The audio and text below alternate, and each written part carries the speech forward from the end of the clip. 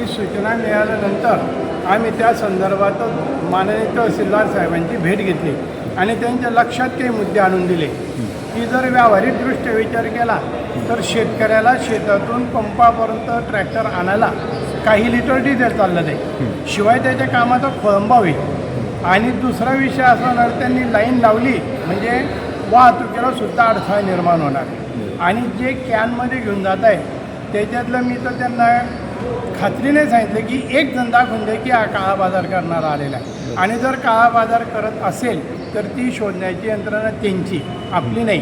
त्याच्यासाठी त्यांनी शेतकऱ्यांना वेठीस धरू नये आणि म्हणूनच कॅनमध्ये शेतकऱ्यांना डिझेल देण्यात यावं किंवा काही पंप राखीव ठेवण्यात यावे की तिथे फक्त शेतकरी जातील. आणि दुसरा विषय असा झाला की त्यांनी सांगितलं की ह्या काही दिवसांमध्ये डिझेलचा खप वाढलेला आहे. मग त्याच्यावर आमचं चर्चेमध्ये तेच ठरलं की जरी तुम्ही म्हणताय की ह्या दिवसामध्ये नेहमीपेक्षा खप वाढलेला आहे तर एप्रिलपासून जूनपर्यंत डिझेलचा खप वाढतोच. त्याचं कारण असं आहे की सध्या शेती कामामध्ये वेगाने यांत्रिकीकरणावर भर दिला जातो आणि त्या यंत्रणा चालवण्यासाठी डिझेल लागतं आणि नेमके शेतकऱ्यांच्या कामाचे दिवस असतात त्याच्यासाठी त्यांना हे डिझेल लागतं. तुमचं ते समजूत असेल ती गैरसमजूत आहे. ह्या दिवसामध्ये डिझेल लागतच राहतं आणि शेतकऱ्यांना जर मुबलक प्रमाणात करून दिलं तर काही प्रश्नच नाही ती कॅनमध्ये न्यायचा आणि आणायचा. सर, मंत्री महोदयांनी कालच सांगितलं की पुरेसा साठा आपल्याकडे आहे, मग दुसरीकडे असा निर्णय घेण्याची वेळ काय येते?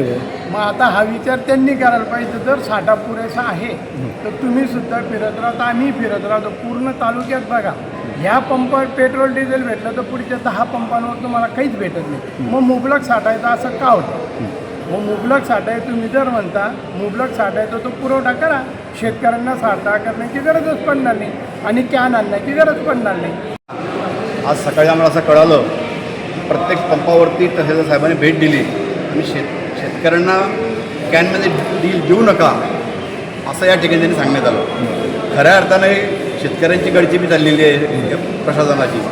डिझेलच्या बाबतीत असं सरांनी सांगितल्याप्रमाणे की शेतीची कामं सुरू आहेत, नांगरटी वखरटी पेरणीची लगबग आता सुरू असताना शेतकऱ्यांना डिझेल जास्त लागणारच आहेत. असं असताना या जाणीवपूर्वक या ठिकाणी साठेबाजी कोणी करतंय या नावाखाली तसं पाहिजे तर शासनाकडे डिझेलचा साठा उपलब्ध नाही, पण या ठिकाणी तुम्ही खोटं सांगताय की आमच्याकडे साठा उपलब्ध आहे.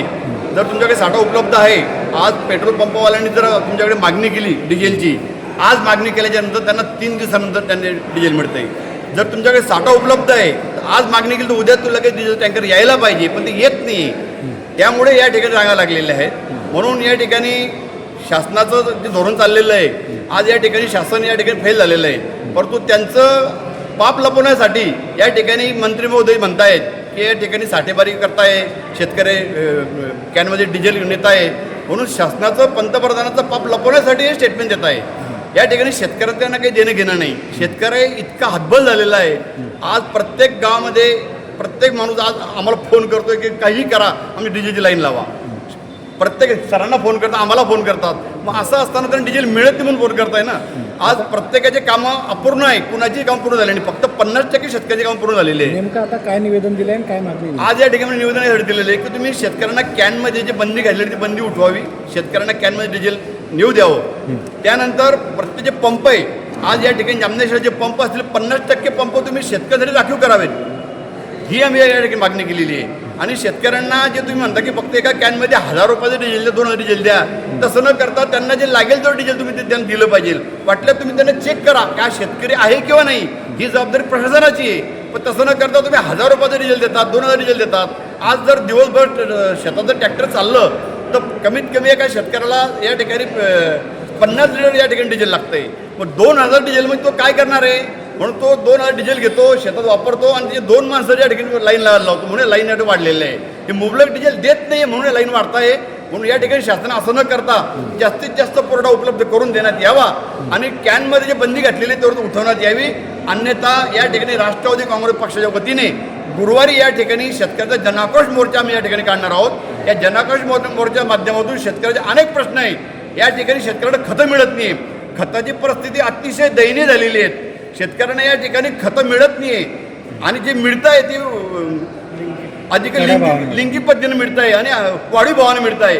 म्हणून शेतकरी इतका संकटात सापडला आहे की शेतकऱ्याला या ठिकाणी हातबल झालेला आहे. शेतकरी म्हणजे त्याकडे डोळ्यात अश्रू येत आहे अशी परिस्थिती झालेली आहे. पण शासनाला याकडे काही घेणं देणं नाही. शासन फक्त निवडणुका करायच्या. आज हा डिझेलचा साठा आपण जर बघतोय या ठिकाणी जेव्हा अमेरिकेने युद्धाची सुरुवात केली त्याच वेळेस शासनाने जर याचं नियोजन केलं असतं तर ही परिस्थिती शेतकरी आली नसती. परंतु शासनाला या ठिकाणी या 5 राज्यात निवडणुका महत्त्वाच्या होत्या म्हणून त्या ठिकाणी जाणीवपूर्वक त्यांनी निवडणुकाला महत्त्व दिलं, शेतकऱ्याला महत्त्व दिलं नाही. म्हणून हे हाल शेतकऱ्याला भोगावं लागत आहे. या ठिकाणी शासनाला मी या ठिकाणी गुरुवारी या मोर्चाच्या माध्यमातून या साहेबांना सांगितलं आम्ही तुम्ही जर शेतकऱ्याला त्वरित डिझेल उपलब्ध करून दिलं नाही तर या ठिकाणी आम्ही तीव्र स्वरूपात आंदोलन करणार आहोत. आणि रोज डिझेलचे भाव वाढत आहे. आज जर आपण पाहिलं असेल जवळजवळ 5 ते 7 रुपये या ठिकाणी भाव वाढलेले. एक दिवसाआड त्यांचे 1 रुपये किंवा 2 रुपये भाव वाढत आहे. म्हणजे या ठिकाणी भाव वाढवायचे, जाणीवपूर्वक टंचाई करायची हे शेतकऱ्याला लुटलं चाललेलं आहे. म्हणून गुरुवारी या ठिकाणी मोर्चाच्या माध्यमातून या ठिकाणी शासनाला आम्ही या ठिकाणी धडा शिकवणार आहोत.